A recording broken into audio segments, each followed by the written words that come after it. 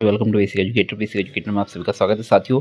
जो भी साथी हमारे आरआरबी टीचर के लिए अप्लाई करना चाहते हैं, तो अगर आप ओबीसी कैटेगरी से बिलोंग करते हैं तो आपका जो सर्टिफिकेट है, कास्ट सर्टिफिकेट, वो सही फॉर्मेट पे होना चाहिए। और साथ ही आपका जो सर्टिफिकेट की डेट है वो भी बहुत ज़्यादा मैटर करती है। तो यहाँ पे मैं आपको क्लियरली बता देता हूँ कि देखिए, आपका जो कास्ट सर्टिफिकेट है वो अगर बहुत पुराना है तो आपको नया सर्टिफिकेट बनवा लेना है, क्योंकि अगर आप सोचते हैं कि डीवी के दौरान मैं नया सर्टिफिकेट बनवा लूँगा तो आपको कैंडिडेचर जो है वो कैंसिल कर दिया जाएगा, क्योंकि जो भी सर्टिफिकेट आपको डीवी में प्रोड्यूस करना है वो 6 फरवरी 2025 से पहले की डेट का होना चाहिए और वो सर्टिफिकेट आपका एक्सपायर नहीं होना चाहिए। अब यहाँ पे ओबीसी के मामले में दो सवाल उठते हैं। कहीं पर तो कहा जाता है कि ओबीसी सर्टिफिकेट 3 साल वैलिड है, कहीं पे कहा जाता है ओबीसी सर्टिफिकेट आपका 1 साल वैलिड है।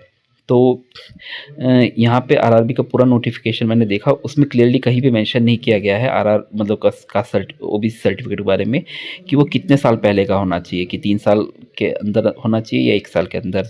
तो फॉर सेफ प्ले में सेफ अगर आपको चलना है तो मैं आपको क्लियरली बता देता हूँ कि अगर आपका कास्ट सर्टिफिकेट 1 अप्रैल 2024 के बाद बना है, अगर आपका कास्ट सर्टिफिकेट 1 अप्रैल 2024 के बाद बना है OBC non creamy layer certificate, तो उस केस में आपका सर्टिफिकेट पूरी तरीके से वैलिड है, कोई प्रॉब्लम उसमें नहीं है। बट अगर आपका सर्टिफिकेट 1 अप्रैल 2025 से पहले का बना हुआ है तो उस केस में मेरी एडवाइस आपको यही रहेगी कि आप एक नया OBC non creamy layer caste certificate तैयार करवा लें। यही आपके लिए बेहतर होगा, क्योंकि 3 साल वाला हो सकता है वैलिड हो जाए बट आपको वो प्रॉब्लम क्रिएट कर सकता है।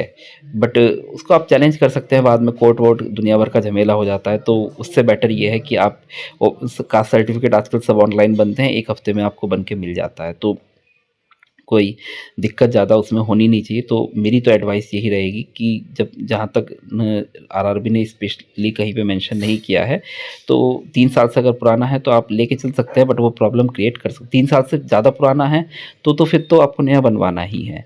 बट विदिन 3 ईयर्स है तो आप अपने रिस्क पे उस पर काम कर सकते हैं, कोई दिक्कत नहीं है, बट रिस्क रहेगा और बाद में आपको दिक्कतें हो सकती हैं। 3 साल से पुराना है तो वो तो इनवैलिड है ही। और अगर आपको बिल्कुल सेफ खेलना है, मतलब कोई प्रॉब्लम भविष्य में आपको डीवी के दौरान चाहिए ही नहीं, तो आप अपना आपका कास्ट सर्टिफिकेट अगर 1 अप्रैल 2024 के बाद का है तो कोई प्रॉब्लम नहीं है।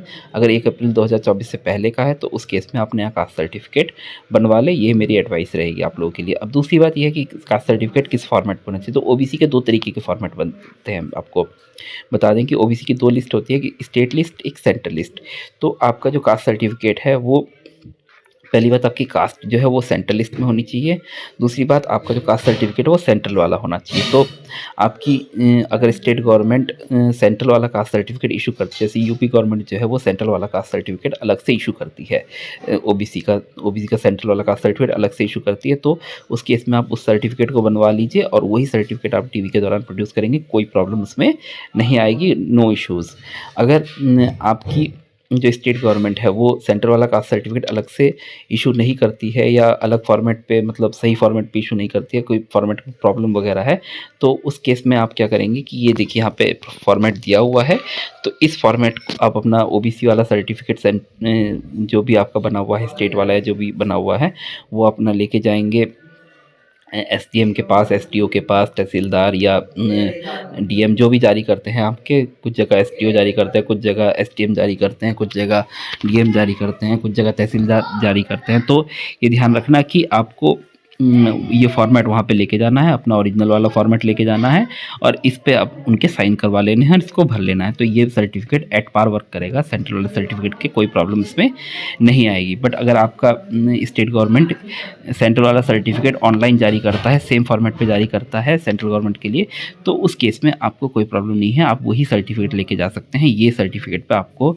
साइन मोहर वगैरह करवाने की कोई ज़रूरत नहीं है। ये उस केस में है कि अगर आपकी स्टेट गवर्नमेंट इशू ही नहीं करती है सेंट्रल गवर्नमेंट वाला फॉर्मेट ऑनलाइन, तो उसमें ये प्रॉब्लम होती है। अगर इसके रिगार्डिंग आपकी कोई भी क्वेरी है ओबीसी सर्टिफिकेट के रिगार्डिंग, फॉर्मेट को लेकर, डेट को लेकर, तो उस केस में आप मुझे वीडियो पे कमेंट कर सकते हैं, या टेलीग्राम चैनल का लिंक वीडियो के डिस्क्रिप्शन में दिया गया है, उस टेलीग्राम चैनल पर आप जाकर अपनी जो समस्या है रख सकते हैं। आपकी हर संभव सहायता करने का प्रयास किया जाएगा। आप इंश्योर हो सकते हैं कि आपका सर्टिफ़िकेट वैलिड रहेगा या नहीं रहेगा। तो आप लोग टेलीग्राम पे जॉइन कर लीजिएगा और अपनी जो सवाल है वो लिख सकते हैं, अपना सर्टिफ़िकेट दिखा भी सकते हैं, जो भी है। तो उसके रिगार्डिंग आपकी हर संभव सहायता करने का प्रयास किया जाएगा। Thank you.